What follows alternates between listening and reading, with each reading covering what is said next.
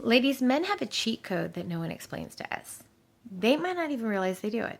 It's these set of unspoken rules that nobody ever explains, but they are right there in front of our face.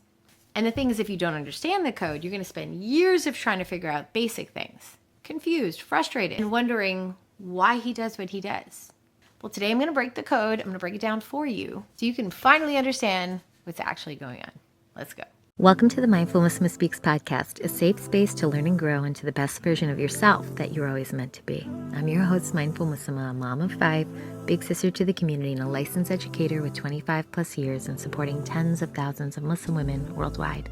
Now, I'm excited to share a ton of solutions to your problems on love, relationships, life balance, reconnecting with Allah subhanahu wa ta'ala, getting back on track, and more. So grab a cup of coffee and close out those tabs. These next 20 to 30 minutes are all about you. Let's get started. Assalamu alaikum wa rahmatullahi wa barakatuh. Welcome back to the podcast. For those of you who have been following us on YouTube recently, we have an actual podcast. It's on Spotify, it's on Apple, it's called Mindful Muslimah Speaks. I just throw it out there because people are like, oh, I thought you just make videos, and they didn't know we have an entire podcast of 7 million listeners. So if you have a chance, check it out. We'll have links below. So today we're talking about the cheat code. And I wanted to kind of start off with a personal story because I think I'm saying these things like, oh, there's a cheat code, there's this and that, but this comes down to real experiences that women are having. When I was first married and I was in my marriage, I remember lying on the floor, just really at the end of my rope in sujood, subhanAllah, just pouring my heart out, crying to Allah subhanahu wa ta'ala that I did not understand what I was doing wrong. Why was my marriage the way it was? What was going on? Why was he behaving like this? How come nothing I said was right? It was just extremely frustrating. And it didn't matter if I went to work that day and tried to carry on with the day. It was in the back of my mind the entire day, just this constant looming sadness. And then I just questioned everything. Was he lying? Did he not care about me? But the truth was way more complex. I just didn't know. I didn't understand how men communicate. And I didn't understand how to communicate with him in a way that he'd listen. The thing is, once I learned the code, how to decode him. Now, if you know my story, you know that I had ended up leaving that marriage because I didn't know how to vet him in the beginning. Went into that marriage as the good older child, did what everybody wanted to, didn't vet, didn't do any of the things I'm suggesting to you, which is why I'm so passionate about it. Good news is, wasn't the end of the world for you divorced ladies. Alhamdulillah, I learned these things, like what I'm going to tell you today. And then I got in and I ended up finding the person who actually is my best friend, who I'm married to today. So alhamdulillah, that can be your story too, or even better, bidnillah. But the cheat code, once I learned that, changed everything in my understanding. Not just for him, but for everyone else. If I wanted to evaluate a potential for my daughter, because we have older married children. So you're going to love this one today. Let's dive right into the rules of the cheat code so you can know it too. So the first one is men express by actions, not by words. So he's not going to say, I'm going to protect you. He's just going to walk those streets and protect you, right? Now, if a man is not doing that, that is something else. That is something else. But the number one thing to understand is that he's not going to go and tell you everything he's doing. Now, women are different. We love to talk. We love to explain. We love to make people understand how we're feeling and thinking. Men, they're like, feel all those feelings on purpose? Why would I feel horrible emotions on purpose? So it's not their thing. So stop waiting for confirmation verbally that he cares. It's in his actions. If it's there, he does. And if not, that's a whole nother conversation. It depends on what it is. You could talk to me. We have free calls. But inshallah ta'ala, that's something to think about. Number 2, when he goes quiet, he's probably processing, not just rejecting you. So I say these things as common things that men do because women think it's them, right? So 1, he's going to show with his actions, not his words. Men are going to be like, I'm not big talkers. I'm not going to get on the phone and chat you up. I'm just going to go do the thing, right? If you're a guy, you know what I'm saying, because that's what you do, right? And when it comes to being quiet, you need to be alone. You need to be separate. Like Rasulullah, we talk about, he went to the cave of Hira. He goes, he processes, he comes back. It's an actual natural thing. So alhamdulillah, when guys are processing, you just kind of let them be.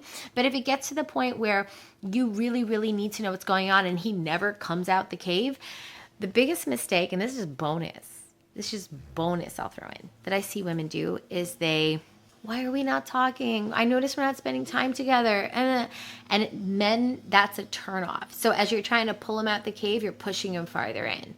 There's something else you need to do. It's a whole nother podcast. Can't go into it now. But if that's you, we could talk, but that is the second one. Number 3, he won't tell you when he feels disrespected from you. He's just going to withdraw.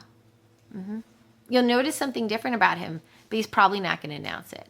Respect to men is what love is to women. So women really need love, safety, all that stuff. Show me that you care and all that type of stuff. But with men, respect is really, really big. It's high up, and also appreciation. So when they don't feel they have these things, they're just like, and then they go quiet. So if he is going quiet, it might not be the processing. It could be this one. But either way, just know that that's a normality. That's a normal thing for them to do. They're gonna be quiet. If you feel, so like what you could do as a woman is if you're thinking like, oh my gosh, is that what happened? Did I disrespect him? Does he feel disrespected? If you go ask him, he might not tell you flat out, right? So what you're gonna do is just gonna retrace your steps. And I know that's annoying. Someone's gonna be like, well, why can't you just ask him? This sounds like a lot of work. It's not a lot of work. It's Allah subhanahu wa ta'ala's perfect design. For whatever reason, he designed women a particular way and men. So we're not here to criticize the men. We're just here to understand and have a better relationship. So let's talk about what you can do. You can like, oh my gosh, did I maybe say something? If I'm honest, that could have triggered him or something like that. Or what about this or this? Just replay things in your mind. And if that's the case, you might want to counter it. Rasulullah, he says, when you do a bad deed, to counter it with a good one, right? So if you feel like you disrespected him or something like that, you could flat out apologize, or you could just like counter with a lovely thing you're going to do for him to earn back the respect in terms of like showing you actually have it. If you feel you disrespected, that's if you feel you disrespected. And that's something only you can know. If you don't know, again, we can talk, but this is the rule. Number 4, he measures his worth by his ability to solve problems. Take that one in. It's a little different. And he, again, if he's a guy watching, he might not even realize. These are just guy things that guys do. When you vent to him, he hears, fix this. Now, men really want to succeed in things. I can't go into all the things that make them feel successful here because some of them are a little risky. But what I will say to you is this. He loves to solve things. He wants to be the person who saves, who fixes. But sometimes if he doesn't feel like he's able to do that, if he feels like he hasn't succeeded, he can get down. He can get sad about it. And that's something sometimes that does bring men down because that's their role. And sometimes their inability to listen is because they just go into solving mode in their mind. They might not share their plan, okay? It doesn't mean they're I don't see him fixing anything. He could be fixing it in his head, but not verbalizing his plan. He has a plan, he's just not sharing it. And you don't see his action. Maybe he's taking it outside of you. But like that's typically what men do. But you could just tell him, look, I don't need you to solve anything. I just need you to listen. I just need you to be here. I just need you to care. You can take that pressure off him. You can say that direct. Let him win sometimes. Build his confidence. Be his cheerleader. But the truth is, if you see him quiet, it could be because he's doing that too. These are just like the many things, the many mysteries of men, right? Number 5, he won't admit when he's overwhelmed. He won't admit when he feels like you failed. He won't admit when he feels like he can't figure things out and he doesn't know his next step. You know what he's going to do instead? He's just going to be irritable. Sorry. He's going to be angry. He's going to be irritable. Everything's going to upset him. And there's this deeper thing going on.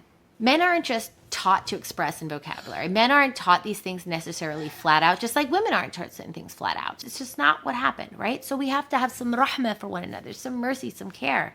Create a safe space for him. Give him a place to vent. Like just because my husband didn't share in the beginning of our marriage doesn't mean he doesn't share now. You have to create that space so he knows there's a safe space where he can say something without your immediate reaction right after. That's what I mean about safe space. Kind of safe from us. Because sometimes he'll be like, well, I was why'd you think that? Like, so just like resist the need to jump on whatever you just asked him about and let him just talk. Let him just talk, right? Irritability can mask frustration and anger, not necessarily with you though. It might not be about you. It could be about work, could be about money, could be about where he is in his life, could be midlife crisis. It could be so many things. I know we jump straight to you, but doesn't mean it has to be. Why do we need to understand this stuff, ladies? It's because misunderstanding masculine cues destroys relationships. It does. It also helps knowing these things to not take his behavior personally. And if you know what to do instead, you can then respond to his needs. Brilliant. And you guys only get closer. And if you do this right, your relationship becomes a partnership, not a power struggle. Make sense? Okay. So here's what I want you to do as next steps. Start observing his patterns. What is he doing in relation to what I'm mentioning? Ask yourself, what is he really trying to communicate? Learn to speak in a way that men can understand. That's a whole nother conversation. I teach that inside of coaching, but it's something really, really beneficial. I promise you, because then you're speaking his language instead of yours to him. And then he actually listens. And remember, different doesn't mean wrong. He has his own way of dealing things. It doesn't make it wrong. It just makes it different. Now, if this sounded really helpful to you and you would like to know more about men and you are single, we have a compatibility bundle below that you can click on to get started on your journey to get married this year. And if you want to fast track your search, we have another button with a link on how to get a free 20-minute call with me.